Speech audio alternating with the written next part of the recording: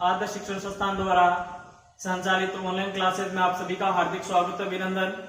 मैं रामलाल चौधरी शारदा बाल निकेतन मारवाड़ मुंडवा से। आज का हमारा वीडियो कक्षा अष्टमी के अध्याय 1.2 से लिया गया है। तो अध्याय का नाम है परिमेय संख्या। पिछले वीडियो में हमने 1.1 का विस्तृत वर्णन देखा था। इस वीडियो में 1.2 के जो प्रश्न है उन प्रश्नों का हल देखेंगे। तो पहला प्रश्न देखिए। पहला प्रश्न है, निम्नलिखित संख्याओं को संख्या रेखा पर निरूपित कीजिए। तो ये दो संख्या दी हुई है, इनको संख्या रेखा पर निरूपित करना है। तो पहले बात ये आती है, आखिर संख्या रेखा क्या होती है। तो संख्या रेखा, तो देखो क्या करना होता है, हमें स्केल के माध्यम से कोई एक रेखा बनानी है। स्केल के माध्यम से कोई अनिश्चित दूरी कितनी भी ले सकते हो, आपने ये एक दूरी की एक रेखा बना दी। अब इस रेखा के सेंटर पॉइंट में आपको 0 मान लेना है। 0 मान लिया। परिमेय संख्या को ऐसे निरूपित किया जाता है। अब ये 0 है। अब इसके दाएं तरफ ये दायां भाग और ये हो गया इसका बायां भाग। तो 0 के दाएं भाग में हमेशा धनात्मक संख्या होती है और बाएं भाग में ऋणात्मक संख्या होती है। तो 0 के दाएं भाग में धनात्मक संख्या, तो 0 के बाद में पूर्णांक के रूप में ली जाए तो ये हो गया 1। ऐसे करके निश्चित दूरी से ले लेंगे 2 और ये हो गया 3। मान लीजिए निश्चित दूरी।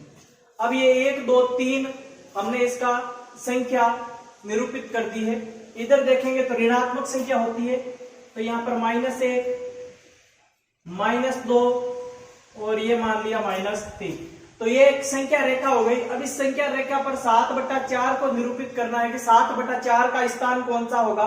तो सर्वप्रथम देखने योग्य बात यह होती है कि इस संख्या को देख के पहले यह पता करना होता है कि इसमें अंश बड़ा है या हर बड़ा है। तो इसमें आप देखिए अंश बड़ा आ रहा है। तो जिस किसी भी संख्या में अंश है वो अगर हर से बड़ा है, ये ग्रेटर देन, अंश अगर हर से बड़ा हो तो पहले उस संख्या को मिश्र संख्या में बदलना होता है। पहले संख्या को मिश्र संख्या में बदलेंगे। तो 7/4 को मिश्र संख्या में बदलेंगे। तो मिश्र संख्या में ऐसे बदलेंगे, 7 में 4 का भाग दिया, एक बार गया, आया 4, 3। तो भाग कितनी बार जाता है, एक बार जाता है। शेषफल क्या बचा, 3। तो ऊपर लिख दिया 3 और भाग किसका दिया, 4 का। तो ये 7/4 है, उसको 1 से 3/4 मिश्र संख्या के रूप में लिख दिया। ऐसा कब करते हैं, जब संख्या में अंश है वो हर से बड़ा होता है। इस 4 से ये 7 है बड़ा, तो 4 7 से बड़ा हुआ, तो हमने इस संख्या को मिश्र संख्या में बदल दिया। अब देखिए ये 1 तो पूरा पूर्ण संख्या है, तो 1 के बाद में 3/4 दिए हुए, तो यहाँ 1 को काउंट करना है। अब 1 के बाद में 3/4 कहने का मतलब यह हुआ कि 4 भाग में 3वें भाग पर हमें इसका अंकित बिंदु तय करना है। तो यहाँ पर 4 भाग बना देते हैं, 1 2 3 4। ये देखिए ये 1 2 3 4 बॉक्स बन गए। तो 1 के बाद में बनाना, ये 1 से 3/4 है, तो 1 के बाद में 4 भाग बनाने और तीसरे भाग पर पॉइंट लगाना है। तो यहाँ पर देखिए 1 2 3, यहाँ पर हमने लगा दिया पॉइंट। तो ये जो पॉइंट है वो हो गया 7/4 का निरूपित बिंदु। समझ में आ गया होगा। सर्वप्रथम क्या करना होता है, 7/4 बराबर, अब इसी संख्या है, अगर इसमें अंश हर से बड़ा है तो मान हमेशा 1 से ज्यादा आएगा। अगर किसी भी भिन्न संख्या का अंश हर से बड़ा होता है तो मान हमेशा 1 से ज्यादा आता है। अब इस संख्या को मिश्र भिन्न में बदला, 1 से 3/4 आ गया। अब 1 से 3/4 का मतलब यह हुआ 1 से आगे जाएगा, तो ये 1 है, 1 के आगे के भाग करने 4 और तीसरे भाग पे बिंदु लगाना, 1 2 3 4 भाग किया, तीसरे बिंदु पर पॉइंट लगा दिया। तो ये ऐसा रूप बना है। जैसे मान लीजिए ये 0 था, मोटे तौर से बता रहा हूं, ये 1 मान लीजिए और ये 2। अब हमें पता है 1 से आगे है, तो इसके भाग कितने करेंगे, 4 करेंगे, 1 2 3 4। जैसा ये बीच वाला है इसको मोटे तौर से बता रहा हूं। अब 4वें भाग में 3/4 है, तो चौथे भाग का तीसरा रूप, ये तीसरे बिंदु पर 1 2 3,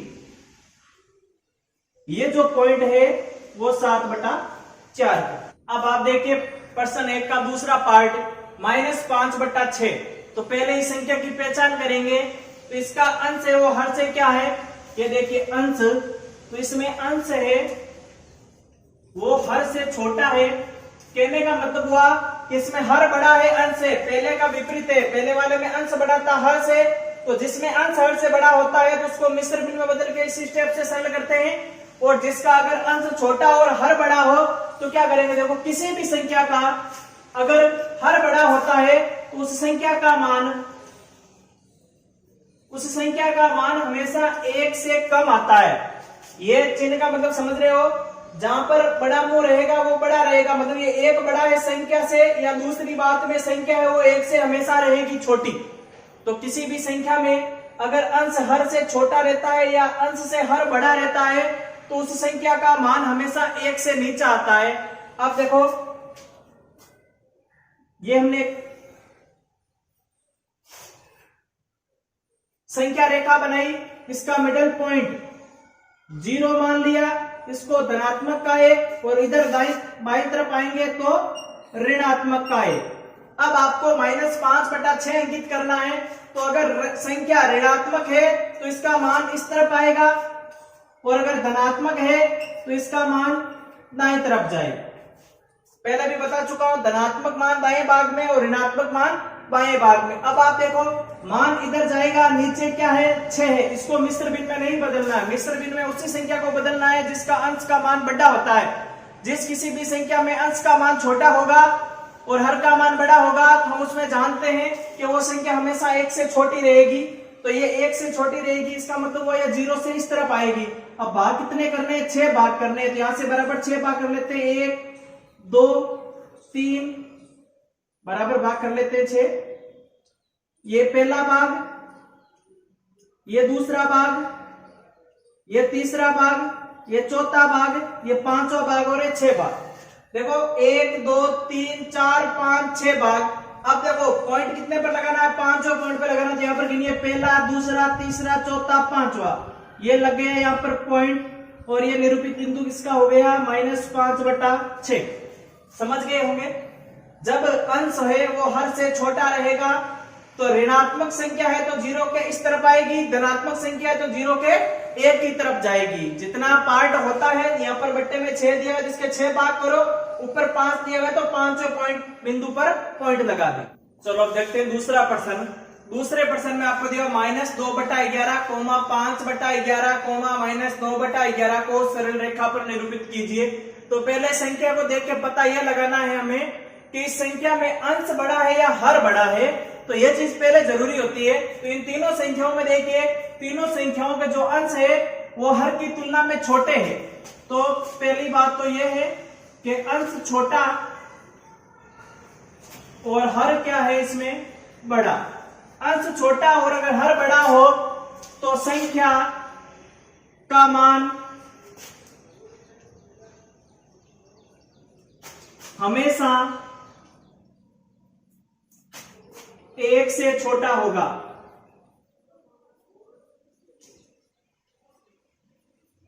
किसी भी भिन्न संख्या में अंश का मान अगर हर से छोटा पाया जाता है तो संख्या का मान 1 से हमेशा छोटा होगा। अब देखो 1 से छोटा होगा तो एक सरल रेखा बना देते हैं। अब आप इसमें देखिए संख्या भी कैसी है, ऋणात्मक है। तो अगर संख्या ऋणात्मक होती है,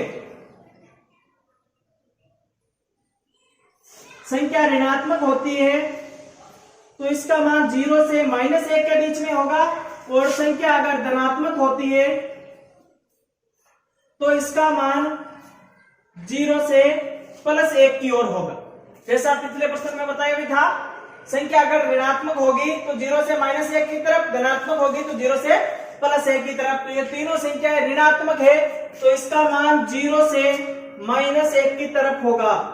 अब आप देखो पहले संख्या अंकित करनी है तो बट्टे में हर का मान कितना है, 11 है, तो इसके 11 खंडन करने पड़ेंगे। बराबर के 11 खंडन कर लेते हैं, 1 2 3 4 5 6 7 8 9 10, 1 2 3 4 5 6 7 8 9 10 11। अब ये 11 भाग कर लिए। अब देखो ऊपर क्या लिखा है, 2 लिखा है, तो यहां से शुरू करेंगे 1 2, तो ये दूसरे पॉइंट पर बिंदु अंकित कर दिया। ये मान हो गया -2/11। फिर आगे 5/11, तो 1 2 3 4 5 ये बिंदु आ गया, ये आ गया -5/11। फिर 6 7 8 9, तो ये बिंदु आ गया हमारे -9/11। तो तीनों संख्याओं को इस संख्या रेखा पर निरूपित कर दिया। एक बार थोड़ा ध्यान वापस कर लीजिए। प्रश्न यह था, 3 संख्या दी हुई थी, इनको संख्या रेखा पर निरूपित करना है। तो पहले संख्या की पहचान इस तरीके से करनी है कि इसमें अंश छोटा है या बड़ा है। तो अंश इसमें छोटा है, हर बड़ा है। तो शर्त यह है, अगर अंश छोटा होता है, हर बड़ा होता है, तो संख्या का मान हमेशा 1 से छोटा होगा। और जब अगर 1 से छोटा होगा तो वो संख्या अगर ऋणात्मक है तो 0 से -1 की तरफ आएगी, और अगर वो धनात्मक है तो 0 से +1 की तरफ जाएगी। लेकिन ये तीनों संख्याएं ऋणात्मक है, तो इसका मान 0 से -1 की तरफ आएगा। यहां तक याद रह जाएगा। आगे देखिए इसका स्टेप, इसमें हर में मान दिया हुआ है 11 11 11, तीनों के 11 भाग कर दिए। फिर -2 को अंकित करना है, तो यहां से 2 खाने गिनेंगे, 1 खाना 2 खाना। इस दूसरे खाने पर बिंदु अंकित करके -2/11, ये 5/11, इसी तरह 9 खाने गिने तो -9/11। ये जो एक भाग है इसको एक मात्रक कह सकते हैं। अब देखिए तीसरा प्रश्न, 2 से छोटी 5 परिमेय संख्या लिखिए। तो ये हमारा रेखा रूप। अब रेखा रूप पर देखिए सेंटर में आता है 0, फिर इधर धनात्मक जैसे 1 2 3, और इधर आएगा -1 -2 -3, ऐसे करके ये भी मान चलता जाता है और ये भी मान चलता जाता है। अब प्रश्न में क्या पूछा है, 2 से छोटी 5 परिमेय संख्या लिखिए। ये 2 है, छोटा मान इधर, तो 2 से छोटा कौन हो गया, तो 5 परिमेय संख्या।